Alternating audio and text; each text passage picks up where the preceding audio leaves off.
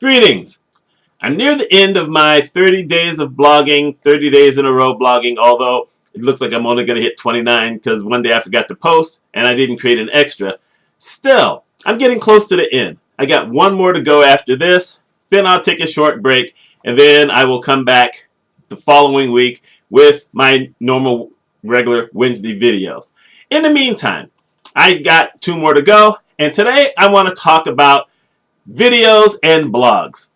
You know, a lot of people believe that in order to have a good channel, it's really more about what you can offer other people. And that's a big part of it. But really, when you look at a lot of videos, you start to find out that sometimes people want to hear stories, people want to be entertained, people want to be informed, you know, they want to know what your take is on this or that. And I like to think that I've kind of covered a lot of that stuff during these past 29 days. However, one of the realities of both blogging and video is that they're really about you, the personality, the person who's doing them. Reason being, I have gone every once in a while and looked up something that I wanted to know how to do. And you get a blog or a video, and either the writing on the blog is really dry and you're like, I can't understand any of this because it's boring me to death. Or you get a video where maybe there's no words whatsoever, or the person talking doesn't have any real personality. They're speaking like a robot. And, you know, you might get what you needed, but you're never going to go back because there's nothing compelling about those folks. I'm not saying there's anything really compelling about me, because one of the problems with doing a video every day is that you don't get a lot of views. I mean, the people who subscribe to you aren't necessarily looking to get a video every single day. And those who aren't subscribed don't know you've done it. But still, you know, you put it out there because you can use those at another time. It's the same with blogging. When I first started blogging on my I'm Just Sharing blog, I was writing more than 300 posts a year for 3 years. That was a whole lot of content. Some of them weren't overly long because back then, you know, you could put 300 words together in an instant, and as long as it was continually new content, you were doing good. And then Google went and did the panda and the other thing, you know, I'll call it the albatross. I don't know what it was, but it was definitely an albatross around my neck. And things happen. And probably the same type of thing happens with YouTube, especially since Google owns YouTube. I don't know, but, you know, there's been a lot of people talking about how they're getting less views. Hey, I'm getting what I get. That's just it.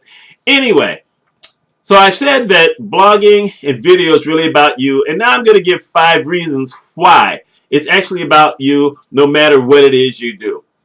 So the first thing is, if you can write with personality, or you can at least have some kind of personality when you do a video, you're going to intrigue people a little bit more than the norm. And that's what I've tried to do. I've moved around to different rooms. I did videos outside. I'm doing them, like I said, here in my room right now, trying to figure out why I've been so dark in some of these things. You know, I mean, we haven't even had summer here yet. Today is the first day since, I think, January, where we had a fluke, where we actually had 60. It hit 60 today.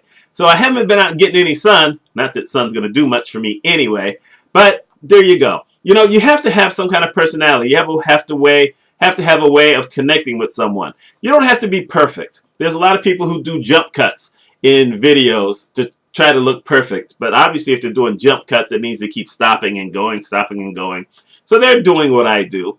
If I was in front of an audience, I'd be a lot better if I could walk around like I was talking to an audience. But I'm sitting here. That's how it is. But it's the same with a blog. Every once in a while, if you're going to write a technical piece, then step-by-step works.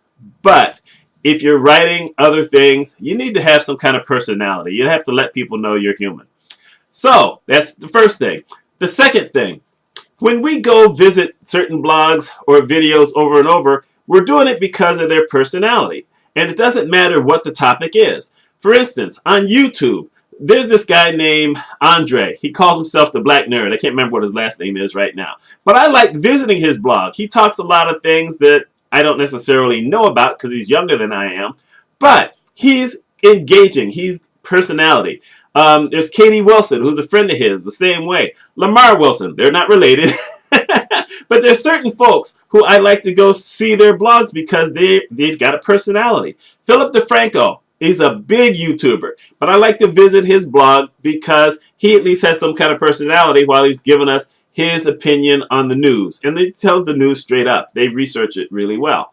So those are, the types of videos I like to go to. When it comes to blogging, well, there are folks who I like. I like Donna Merrill. There's a guy named Ryan Biddulph.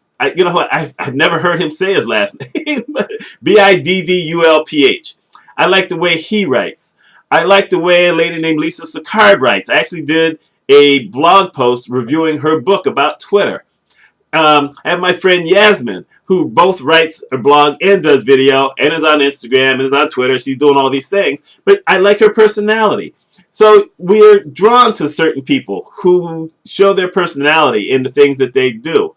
And that's what I try to do. I try to show a little bit of personality. I don't know if I'm drawing anybody, but you know what? I do what I can do. Here's number 3. One of the things about trying to make money, either blogging or doing videos, and trying to get a lot of views, is that the audience wants to know who you are. They want to at least know something about you. So I've talked about my time in Japan. I've talked about my time up in Maine. I've talked about being a healthcare finance consultant. I've told some stories about my mother. I've told those things about me. I've written the same type of stuff in all my blogs. Well, maybe not my finance blog, but all my other blogs, I mention different things that I do. And I talk about people and I mention other names. People like to buy stuff from people they feel comfortable with. And that's my intention. I want people to feel comfortable, unless I'm writing something that I want people to feel uncomfortable about. And that's what I do on my business blog when I write about diversity topics. I make people uncomfortable. People will see it. They don't comment on that often because diversity topics are things that scare people, especially when you are not giving them a lot of wiggle room. I write stuff where if someone says, well, I'm not like that, you're like, okay, why did you comment on it then? Why did you have to say, I'm not part of that? Did I accuse you? Are you feeling guilty? Yeah, I can be rough sometimes, but sometimes you got to do it, especially if you're someone like me. Here's number 4. Number 4, if you have certain accomplishments, why shouldn't you be able to talk about them?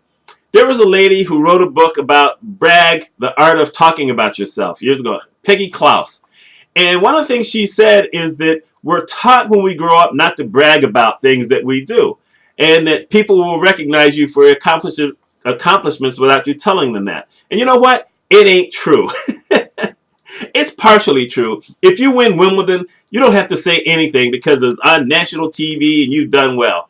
If you have high average in a bowling league, well, your bowling friends are going to know, but no one else is going to know unless you tell them. It may not mean anything to them, but you still get to tell them and maybe they will say something. If you win different awards, if you get a promotion, no one is going to really know about it unless you tell them. Actually, sometimes to get a promotion in business, you have to let the person you report to know, hey, you know what, let me tell you all the things I did. Because if you're going to wait for them to remember good things you did, you're in trouble. Unless you do good things every single day and they can't miss you, you're in trouble. So you have to be proud of your accomplishments. That's how come when I wrote a post earlier this year or this month, I talked about being on a top 100 list for leadership. And then I found out I was on that same list 2 years previous. That's not so bad. I like being in the top 100. That means I'm equal with my peers in some way. I may not be number 1. I may have been this year number 99. But it's still some kind of accomplishment. So you should mention those things. You don't dwell on them forever. I talked about bowling trophies and different things I did. I talked about championships I won in high school and a couple in college. Okay, you touch upon it, you did it, you move on. And the final thing is that whether you're blogging or whether you're doing videos, it's your space. You're the one who sat down and created something. Whether you did it live or whether you do it like me where I'm recording it and putting it out there, it's your space. You need to protect your space. You need to be proud of your space. You need to promote your space. You need to not let other people diminish your space. On my video channel, on my blog, if there's a cuss word, gone. Mitchell doesn't cuss. I've never cussed in my entire life. Yeah, take that. I'm 58 years old and I have never said a dirty word. And I got people who will tell you, well, at least 30, 40 years that they've never heard me cuss. And of course, I've never cussed in front of my parents, and most people don't. Well, these days they do. Y'all know it's true. But back in our day, people didn't cuss in front of their parents.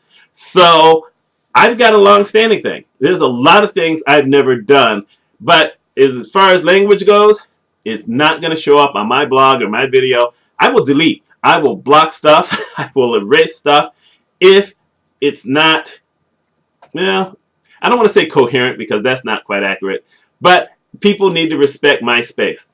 My blogs especially because I'm paying for it. My YouTube channel because I don't want other people coming and seeing all this filth. I just don't.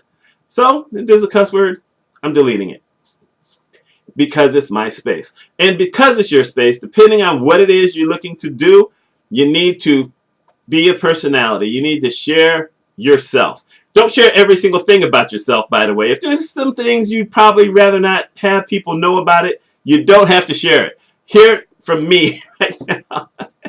If you have preconceived notions about certain types of people and you decide you just want to talk about it, I'm going to recommend you don't do it. Why open yourself up to that kind of thing? You shouldn't have it to begin with, but if you do, don't put it out there. That's what I'm saying. It's your space. Be a personality. Be you as much as possible.